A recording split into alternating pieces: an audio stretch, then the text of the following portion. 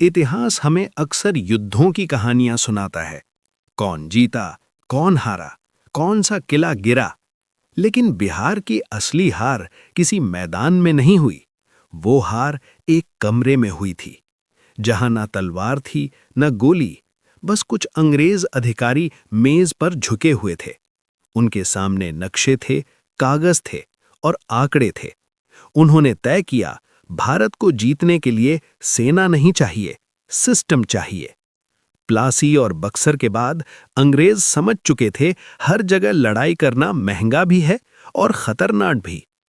अब सवाल था, इस सिस्टम का पहला प्रयोग कहां किया जाए? और जवाब था बिहार। क्योंकि बिहार सिर्फ एक जमीन नहीं था, बिहार था अनाज की रीढ़, गंगा का रास्ता, राजस्व का केंद्र और प्रशासनिक सोच का दिल। जो बिहार को काबू में कर ले, वो पूरे उत्तर भारत को कागज से चला सकता था। अंग्रेजों ने सबसे पहले किसान को नहीं मारा, उन्होंने उसे कर्जदार बनाया। जमीन उसकी रही, लेकिन मालिक कोई और बन गया। टैक्स तय हो गया, फसल हो या ना हो, पैसा देना ही पड़ेगा। जो नहीं दे पाया, उसकी जमीन चली गई, और जिसने जमीन खो दी, उसने आवाज भी खो दी। यहीं से बिहार में एक अजीब सी चुप्पी फैल गई।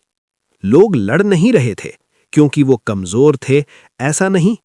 लोग लड़ नहीं रहे थे क्योंकि वो कर्ज में जकड़े हुए थे। कर्ज में डूबा इंसान क्रांति नहीं करता, वो सिर्फ जिंदा रहने की कोशिश करता है।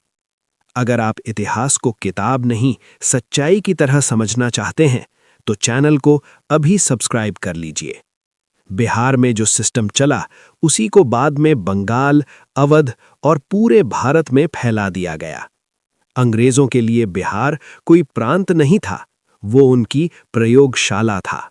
और जब बिहार टूट गया, तो भारत अपने आप कतार में आ गया।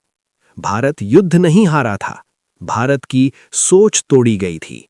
इसलिए अगर आप जानना चाहते हैं कि भारत गुलाम कैसे बना, तो सिर्फ दिल्ली या बंगाल नहीं, बिहार को समझना पड़ेगा।